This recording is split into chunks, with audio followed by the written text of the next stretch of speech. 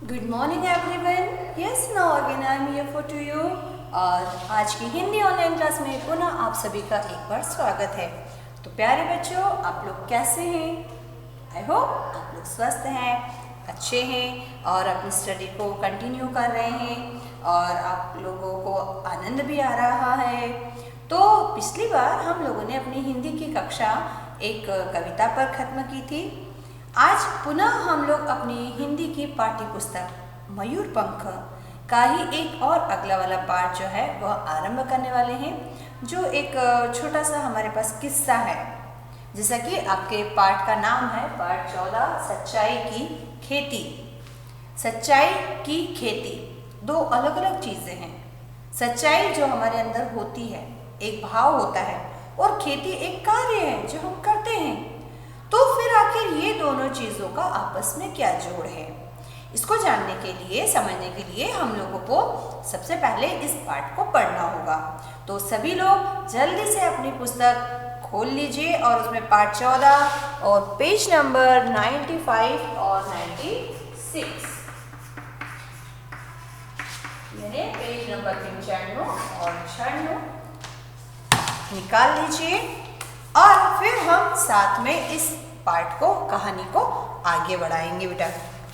अच्छा, एक बात बताइए, अक्सर हमें सिखाया जाता है कि हमें हमेशा सच बोलना चाहिए और अच्छी बात भी होती है क्योंकि सत्यता का गुण होना ही चाहिए। झूठ का प्रयोग हमें करना ही नहीं चाहिए। लेकिन अगर कभी ऐसी स्थिति बन जाए कि हमें झूठ बोलना ही पड़े, तब क्या होगा? तब आप लोग क्या करते हैं? कहते हैं झूठ क्या? हाँ, आजकल तो हम लोग हर छोटी छोटी बात पे झूठ बोलते हैं। तो क्या ये चीज़ सही है? नहीं। झूठ तभी सही होता है जब वो किसी की भलाई के लिए, किसी की रक्षा के लिए प्रयोग किया जाता है। अन्यथा किसी भी दशा में, किसी भी स्थिति में झूठ सही नहीं होता है। और हमें जब तक कोशिश हो सके अपने जीवन में, अपने दैनिक जीवन में सच का ही सहारा लेना चाहिए, या यूँ कहिए कि हमेशा सत्य ही बोलना चाहिए। लेकिन कभी कभी ऐसी स्थिति बन जाती है बेटा, जब हम चाह कर भी सच नहीं बोल पाते हैं या सच नहीं बोलना हमारी दुविधा हो जाती है।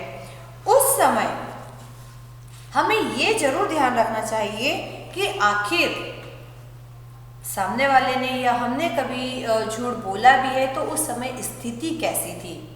कुछ लोगों की आदत होती है, उनके अंदर कोई बुराई होती है तो उन्हें दिखाई नहीं देती, लेकिन अगर किसी और व्यक्ति में, सामने वाले में या अन्य किसी व्यक्ति में वो बुराई होती है तो वो उन्हें दिखाई दे जाती है। वो उसका विश्लेषण करने लग जाते हैं और कई बार तो उसको पूरी बात सुने बिना ही उसको दोषी ठहरा देते हैं, कसूरवार बना देते हैं। नहीं, तुमने झूठ बोला है, ये गलत बात है, तुमने मुझसे झूठ बोला ही क्यों, मुझे झूठ पसंद नहीं, तुमने मुझसे ये क्यों कहा। लेकिन हम क्या अपने आप से कभी पूछते कि हमने अपनी लाइफ में झूठ नहीं बोला होता है? क्या हमने कभी कोई ऐसी काम नहीं किया होता है? कई बार हम देखते हैं छोटे बच्चे चोरी कर लेते हैं। हमने ये तो देखा कि उसने चोरी की, लेकिन हम उसकी पूरी बात नहीं सुनते हैं। हर बार व्यक्ति के पास चोरी करने का रीज़न हो ये ज़रूरी नहीं, कुछ बच्चों को आदत से पड़ जाती है, लेकिन एक बार आपको उसकी बात सुनना चाहिए। कुछ बच्चे बेचारे ऐसे होते हैं जिनको किसी चीज़ का अभाव होता है, उनको बहुत नीड होता है, उनके आसपास कोई उनकी आवश्यकता को पूरी करने वाला नहीं होता है। तो बात समझ में आती है कि हाँ, उस व्यक्ति ने अगर चोरी की है तो उसकी कोई ज़रूरत है। लेकिन अगर कोई व्यक्ति सक्षम है, कोई बच्चा पूरी तरह से सक्षम है, लेकिन वो छोटी छोटी चीज़ों की चोरी कर रहा है, तो वो आदत तो गंदी है ना। लेकिन आप उससे पूछेंगे नहीं, बात नहीं करेंगे, तब तक आपको पता कैसे चलेगा कि आखिर प्रॉब्लम कहाँ पर है। तो कभी भी किसी को यदि आप किसी अवगुण की वजह से, किसी बुराई की वजह से दोषी ठहराते हैं तो उसके पहले एक बार उसकी बात सुनिए, समझिए, उसकी प्लेस पे अपने आप को रख कर देखिए, तभी आपको उसका सही सॉल्यूशन मिलेगा। एक कहावत होती है हमारी हिंदी में, हमारे घर में आग लगे तो आग और दूसरे के घर में लगे तो तमाशा। यानी अगर कोई प्रॉब्लम हमारे ऊपर आई है, कोई बुराई हमारे अंदर है, तो हम उसको जस्टिफाई कर देते हैं कि मेरे पास ये प्रॉब्लम थी, ये रीज़न था, तो इस वजह से मेरे से ये गलती हो गई। लेकिन अगर सेम गलती किसी और से होती है तब क्या करते हैं? हम वकील बन जाते हैं। नहीं, ऐसा हो सकता था, तुमने ऐसा ट्राई नहीं किया होगा, नहीं ये सॉल्यूशन हो सकता था, तुमने नहीं किया। हम इस तरह का व्यवहार करते हैं, तो ये किसी भी स्थिति में सही नहीं होता है। तो आज हम इस कहानी में ये पढ़ेंगे कि अगर ऐसी स्थिति आती है तो हमें उसका सॉल्यूशन कैसे करना चाहिए, या अगर हम सही हैं और सामने वाला यदि गलत है भी तो हमें उसे किस तरह ये फील करवाना चाहिए। अब अगर सीधे जाकर सामने वाले से कहेंगे ना कि हाँ हाँ आप तो हमें दोषी ठहरा रहे हो, तो क्या आपने कभी कुछ किया ही नहीं होगा। अगर व्यक्ति सही हुआ तो सुन लेगा, और अगर वो पद में, बुद्धि में या किसी भी तरह आपसे ज़्यादा सक्षम है तो वो अपनी गलती क्यों मानेगा। वो हो सकता है बाद में घर जाके सोचे, उसको रियलाइज करे, लेकिन आपके सामने तो नहीं मानेगा। तो किसी को उसकी गलती रियलाइज करवाने का, एहसास करवाने का, फील करवाने का भी एक तरीका होता है, जो बिल्कुल कैसा होना चाहिए, शांतिपूर्ण होना चाहिए। इस कहानी में हमें जो पात्र दिए गए हैं वो बहुत ही हमारे चिर परिचित पात्र हैं, बादशाह अकबर और उनके प्रिय मंत्री बीरबल। तो हम इस कहानी को आरंभ करते हैं कि कैसे बीरबल ने सच्चाई की खेती की। सदैव सच बोलना चाहिए, परंतु इस सत्य को भी हम नकार नहीं सकते कि यदि झूठ बोलने से किसी की जान बचे, किसी दीन दुखी की मदद हो, तो वह झूठ सच से अधिक महान होता है। तो बच्चों, हम सब जानते हैं कि सच बोलना अच्छी बात है। पाठ की शुरुआत कहाँ से हो रही है, और झूठ बोलना बुरी बात है। परंतु बड़े से बड़े आदमी ने भी बचपन में या कभी अनजाने में झूठ बोला ही होता है। इसलिए किसी को झूठ बोलने का दोषी ठहराने से पहले हमें यह जांच लेना चाहिए कि क्या हमने हमेशा सच बोला है। एक बार की बात है, इस बात को साबित करने के लिए एक छोटा सा किस्सा दिया है। एक बार की बात है बेटा, बादशाह अकबर की बेगम जो थी, बेगम मतलब उनकी रानी, अपने कक्ष में चहलकदमी कर रही थी, आराम से ऐसे घूम रही थी। अब अचानक उनका हाथ एक फूलदान को लग गया और वो गिरकर टूट गया। फूलदान यानी फ्लावर वास, जिसे आप कहते हैं ना गुलदस्ता, तो उस गुलदस्ते का वो जो दस्ता होता है उसे फूलदान कहते हैं। वो टूट गया, उसे अचानक ध्यान, ओह ये तो बादशाह का प्रिय फूलदान है, और मैं तो उन्हें ये भी नहीं बता सकती कि फूलदान टूट गया है। बेगम ने डरते हुए मन में सोचा। जब उसने देखा कि कोई चीज़ गिर गई और उसने जब देखा कि अरे जो गिर कर टूटी है वो कोई नॉर्मल चीज़ नहीं थी, वो बादशाह अकबर का सबसे पसंदीदा, सबसे प्रिय फूलदान था। हर व्यक्ति की कोई ना कोई प्रिय चीज़ होती है जिसको बहुत संभाल के रखता है, उससे उसको कहीं ना कहीं एक प्रेम होता है, और उनके हाथ से वो चीज़ टूट गई तो उनको डर लगा। नॉर्मल सी चीज़ें, अगर मेरे हाथ या आपके हाथ किसी की कोई फेवरेट चीज़, कोई प्रिय वस्तु का नुकसान हो जाए तो आपको डर तो लगेगा। इस बात का डर नहीं होता कि हम उसकी कीमत नहीं चुका सकते, लेकिन वो चीज़ से उसका प्रेम था, अटैचमेंट था, वो हर्ट होगा, उसका हम क्या करेंगे। वो गलती हमसे हो गई है, हमने जानबूझ के नहीं की, लेकिन अब उसको जब बताएंगे और उसको जो हर्ट और फील होगा वो हम कैसे दूर करेंगे, उसका तो हमारे पास कोई सॉल्यूशन नहीं है। अक्सर यही चीज़ डर बन के हमारे मन में आती है, और वो डर हमसे कई बार कुछ गलतियाँ करवा देता है। अब बेगम भी डर गई थी। कुछ समय बाद बादशाह अकबर ने कक्ष में प्रवेश किया। वो रूम में, उन्होंने कक्ष में कुछ कमी महसूस की। कमी मतलब कुछ फील होता है ना कि कुछ खाली है, कम है, वो जो एहसास होता है किसी चीज़ के नहीं होने का, उसे कमी कहते हैं। ध्यान से उन्होंने देखा, क्या नहीं दिख रहा, ध्यान से देखा तो उन्होंने पाया कि उनका जो प्रिय फूलदान था वो कक्ष में नहीं है।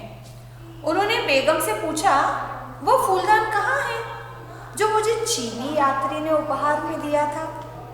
उनको देखो ये भी याद है कि उनको वो फूलदान किसने दिया था, यानी उनका उस फूलदान से अटैचमेंट कितना ज़्यादा है। ओह महाराज, उसे तो नौकर साफ करने के लिए ले गया है। बेगम ने उस समय झूठ बोलकर स्वयं को, खुद को बादशाह के क्रोध से बचा लिया। वो अगर चाहती तो तुरंत कह सकती थी कि नहीं वो गलती से मेरे हाथ से टूट गया, मगर बेगम को डर लगा अगर मैंने सच बोला तो इनको क्रोध आ जाएगा, तो उसने झूठ बोल दिया कि एक जो राजमहल का नौकर है उसको साफ करने के लिए दिया है, वो लेके गया है। अगले दिन नेक्स्ट डे प्रातः जब बादशाह सोकर उठे, नॉर्मल सी बात है, तो उन्हें प्रसन्न चित्त देखकर उन्हें देखा कि आज जब राजा जी उठे हैं, जो बादशाह उठे हैं, तो उनका मूड बहुत हैप्पी है, अच्छा लग रहा है उनका मूड। तो बेगम ने क्या करा, अपना दोष स्वीकार करते हुए, उसको लगा कि अभी ये हैप्पी मूड में है तो मैं इनसे अगर अपनी गलती बता दूंगी तो ये मुझे माफ़ कर देंगे। उन्होंने कहा मुझे क्षमा कीजिए महाराज, मैंने आपसे झूठ बोला था, गलती से मेरा हाथ लग जाने से फूलदान गिरकर टूट गया। उसने अपनी गलती स्वीकार करी। ये सुनते ही बादशाह क्रोधित हो गए, जैसा कि बेगम को डर था कि जब वो फूलदान टूटने की बात सुनेंगे तो वो गुस्सा हो जाएंगे, और वैसा ही हुआ। लेकिन क्यों? और बोले, बेगम होते हुए भी तुमने मेरे सामने झूठ बोलने की जरूरत कैसे की? जरूरत मतलब हिम्मत, साहस। तुम मेरी बेगम हो और मेरे सामने ही अपने पति से, इतने बड़े बादशाह से तुमने झूठ बोलने की हिम्मत की।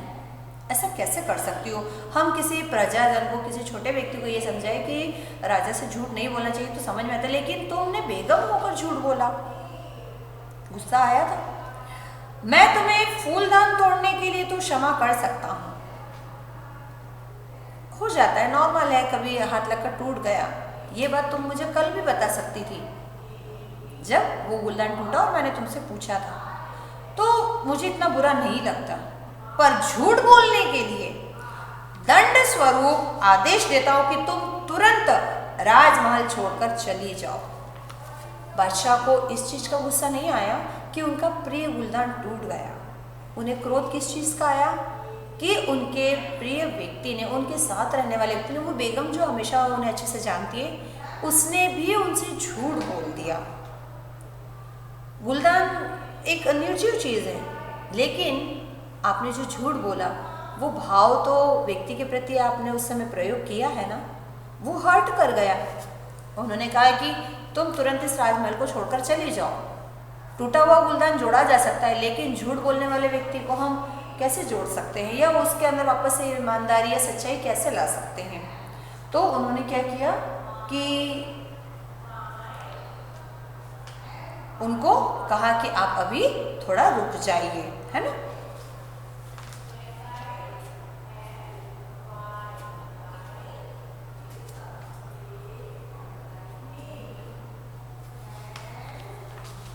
अब आगे क्या होता है देखिए। जैसे ही उन्होंने बेगम को बाहर निकाला तो वहाँ पर ये खबर, चूँकि बेगम है, राजा की रानी है, धीरे धीरे पूरे महल में और पूरे राज्य में ये खबर फैल गई। माफ़ी भी उन्होंने मांगी पर बादशाह नहीं माने। तब बेगम बेचारी राजमहल छोड़कर आगरा से बाहर चली गई। इसके अतिरिक्त तो कोई चारा भी नहीं था, लास्ट ऑप्शन यही बचा था। शीघ्र ही यह खबर चारों तरफ फैल गई और अगले दिन बादशाह ने दरबार में पूछा, बेगम तो चली गई हैं, लेकिन अब वो बात उनके मन में रह गई थी। नेक्स्ट डे जब वो दरबार में गए तो वहां जाकर उन्होंने पूछा, क्या पूछा सभी लोगों से, देखो, क्या आप सब में से कभी किसी ने कभी भी झूठ बोला है? क्योंकि उन्होंने अपनी बेगम से भी ये उम्मीद नहीं की थी कि वो कभी झूठ बोलती होगी। इतनी बड़ी रानी को झूठ बोलने की क्या जरूरत, सच बोल सकती थी। लेकिन अगर वो झूठ बोल सकती है तो ये तो नॉर्मल लोग हैं। सभी दरबारियों ने भय के कारण क्या कह दिया कि उन्होंने सदा सच ही बोला है। उसी समय दरबार में बीरबल ने प्रवेश किया, है ना, और उन्होंने उसी प्रश्न का क्या उत्तर दिया, मैंने हमेशा ईमानदारी से काम करने की कोशिश की है, पर कभी कभी ऐसा समय भी आता है जब व्यक्ति को न चाहते हुए भी झूठ बोलना पड़ता है। बीरबल ने जो सत्य था वह बता दिया। यह सुनकर अकबर ने क्या कहा, बीरबल, मैं नहीं चाहता कि मेरे दरबार में कोई झूठा मंत्री रहे। झूठा, लिखिए, हम नए शब्द लिख रहे थे, एक नया शब्द हमारे पास आया है ना, झूठा।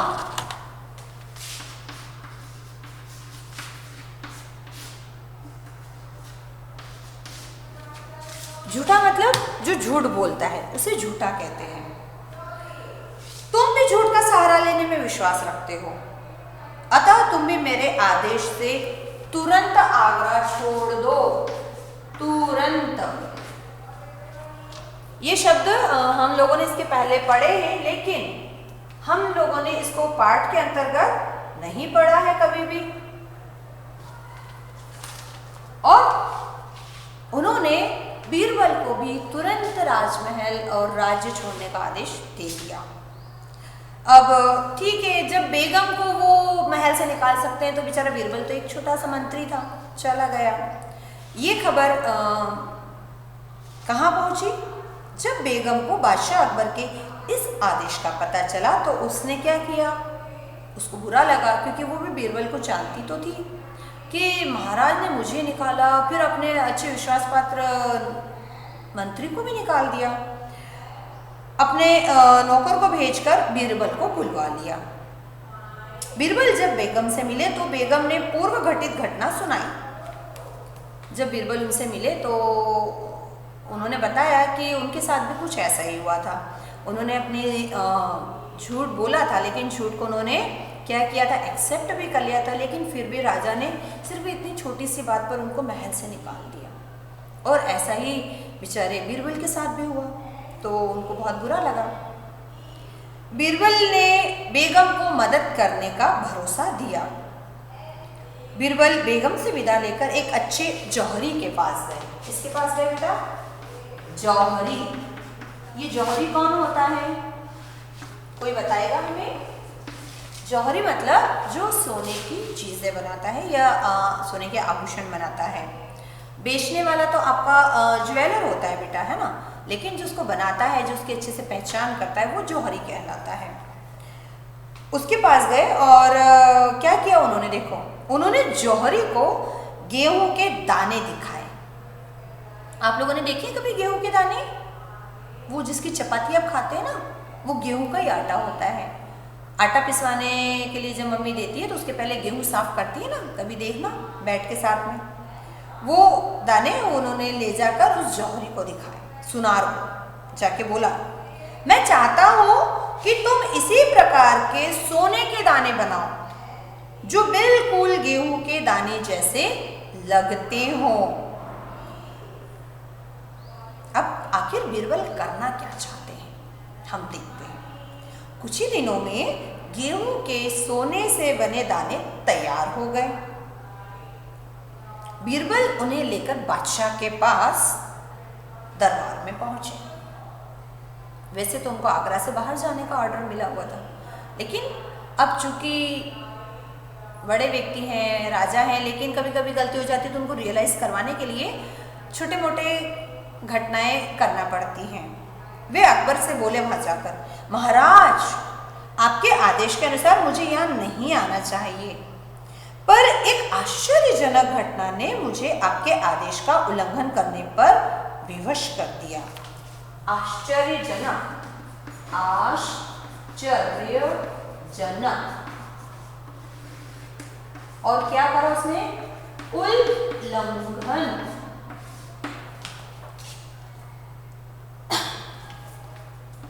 ठीक है, उल्लंघन मतलब जब आपको कोई ऑर्डर दिया जाए और आप उसके जस्ट अपोजिट वर्क करते हैं। आपको यदि मैं कहूँ कि आपको क्लास में नहीं आना है, लेकिन आप बिना परमिशन क्लास में ही दिया जाते हैं, मतलब आपने मेरी बात का विपरीत कार्य किया, तो उसे कहते हैं उल्लंघन। तो बड़ा आश्चर्य हुआ अकबर को ये सुनकर कि आखिर ऐसी क्या बड़ी बात हो गई। मैं नगर से बाहर जा रहा था कि तभी एक यात्री ने मुझे ये गेहूं के खास दाने दिए। इन्हें बोने से हमें सोने की अच्छी फसल मिल सकती है। क्या मिल सकती है? फसल। फसल यानी और बहुत सारे गेहूं के दाने। बादशाह अकबर गेहूं को दानों को देखकर आश्चर्यचकित हो गए और बोले, क्या यह सचमुच संभव है? ऐसा कई बार होता है ना, जब हम पैसे खर्च कर देते तो हम बोलते हैं क्या पैसे के पेड़ पे उगते हैं, पैसे का कोई झाड़ लगा हुआ है। अक्सर ये वाक्य हमारे कानों में सुनाई देता है, बोलने वालों के मुंह से निकल भी जाता है, लेकिन हम भी जानते हैं कि पैसों को बोकर कोई पैसों का पेड़ नहीं उगाया जा सकता। वैसे ही भले सोने के वो गेहूं के दाने, लेकिन उन्हें बोकर उससे ही और सोने के ही गेहूं के दाने तो नहीं उगाए जा सकते। लेकिन आश्चर्यजनक, महाराज मैं निश्चित रूप से तो नहीं कह सकता, पर हम कोशिश तो कर सकते हैं। मुझे भी नहीं पता, लेकिन कैसे, मेरे पास थोड़ी सी उपजाऊ भूमि है। जिस व्यक्ति ने मुझे ये दाने दिए उसने उगाया होगा तभी तो मुझे दिया ना, तो हो सकता है। यदि आप इच्छुक हो तो हम इसी पूर्णमासी की रात को इन दानों को बो देंगे, बीरबल ने कहा। लेकिन फिर भी अगर आप भी चाहते हैं कि मैं जब इनको बोऊं और आप उसके साक्षी बने, तो आप भी मेरे साथ पूर्णमासी की रात को इनको देखने के लिए आ सकते हैं। पूर्णमासी मतलब पूर्णिमा के दिन, है ना। बादशाह सहमत हो गए, उनको भी थोड़ा सा विश्वास हो गया कि हाँ ये हो सकता है। पूर्णमासी की रात को सभी एक स्थान पर एकत्रित हो गए। एकत्रित यानी इकट्ठा होना।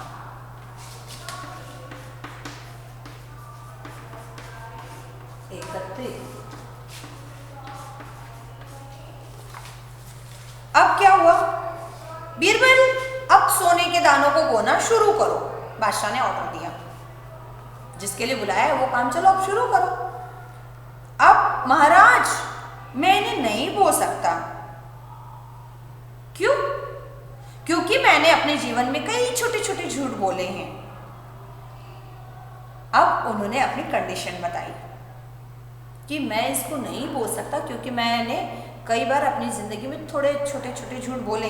इन दानों को केवल वही व्यक्ति बोल सकता है जिसने अपने जीवन में कभी कोई झूठ ना बोला हो। मुझे जिस व्यक्ति ने ये दिए थे उसने बोला था कि इसको केवल वही बोल सकता है, और मैं तो झूठा हूँ तो मैं नहीं बोल सकता। लेकिन मैं चाहता था कि ये दाने आपके काम में आए, तो मैं आपके पास आया था। ऑप्शन दे दिया, मेरे अलावा कोई भी दरबारी इन्हें बोल सकता है। मैं नहीं बोल सकता, मैंने झूठ बोला है। मेरे अलावा यहाँ जितने जो दूसरे दरबारी ये बोल सकते हैं, क्योंकि इन्होंने भी तो कभी झूठ नहीं बोला है ना। आपके सामने दरबार में इन सबने बोला था ना कि हमने झूठ नहीं बोला, और मैंने सच बोल दिया था तो आपने मुझे निकाल दिया था। बीरबल की बात सुनते ही सभी दरबारी सक पकाकर पीछे हट गए। सक पकाकर मतलब एकदम से टेंशन में आ गए। क्यों? वे जानते थे कि उनके बोए हुए दानों से अंकुर नहीं निकलेंगे। वो सब जानते थे कि अगर हमने अभी वो भी दिया राजा के सामने और कल को अगर इसके अंदर से पौधा नहीं निकला तो राजा समझ जाएंगे कि हमने झूठ बोला है। अब क्या हुआ, जब उन्होंने ऐसी हरकत की तो राजा समझ गए कि इन्होंने भी झूठ बोला है। अब बीरबल ने अकबर से कहा, महाराज अब यहाँ सच्चे व्यक्ति केवल अकेले आप ही बचे हैं, इसलिए केवल आप ही इन दानों को बोल सकते हैं। देखो आपके दरबारियों ने भी झूठ तो बोला हुआ है, उस दिन भी आपके सामने झूठ बोल दिया, लेकिन आप तो सच्चे हैं ना, आप अकेले आप इनको बो दीजिए, अपने राज्य में सोने के दाने उगने लग जाएंगे। अब क्या हुआ, बीरबल मैं भी इन दानों को नहीं बोल सकता क्योंकि बचपन में मैंने भी कई बार झूठ बोला है। शायद हमें कोई भी व्यक्ति ऐसा नहीं मिल पाएगा जिसने अपने जीवन में कभी झूठ ना बोला हो। आज राजा ने, बादशाह ने भी ये कबूल कर लिया कि मैंने अभी नहीं लेकिन बचपन में भी कभी कभी झूठ बोला है, तो शायद ही हमें कोई ऐसा व्यक्ति अपने आसपास मिले जिसने कभी झूठ ना बोला हो। उन्होंने खुद ये फील कर लिया। तब बादशाह अकबर को अपनी गलती का एहसास हुआ और उन्होंने बीरबल और बेगम को क्षमा कर दिया और बेगम को आदरपूर्वक सम्मान सहित महल में वापस बुला लिया। तो इस किस्से कहानी को पढ़कर हमें क्या सीख मिलती है?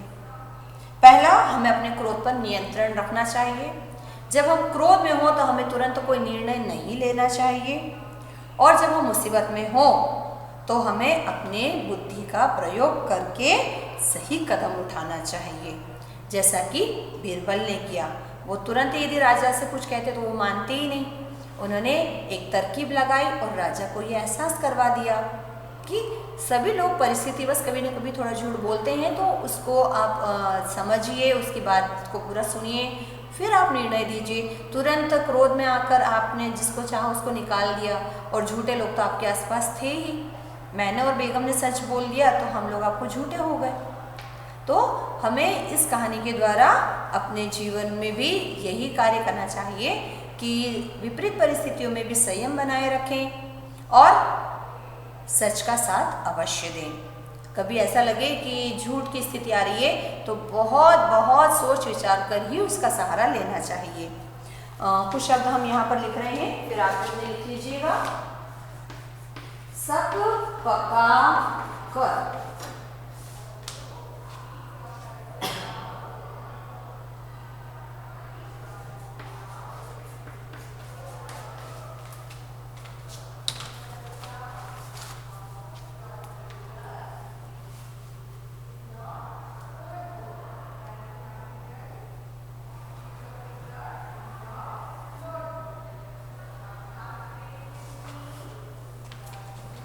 प्यारे बच्चों, हमारा आज की ये कहानी यही समाप्त होती है।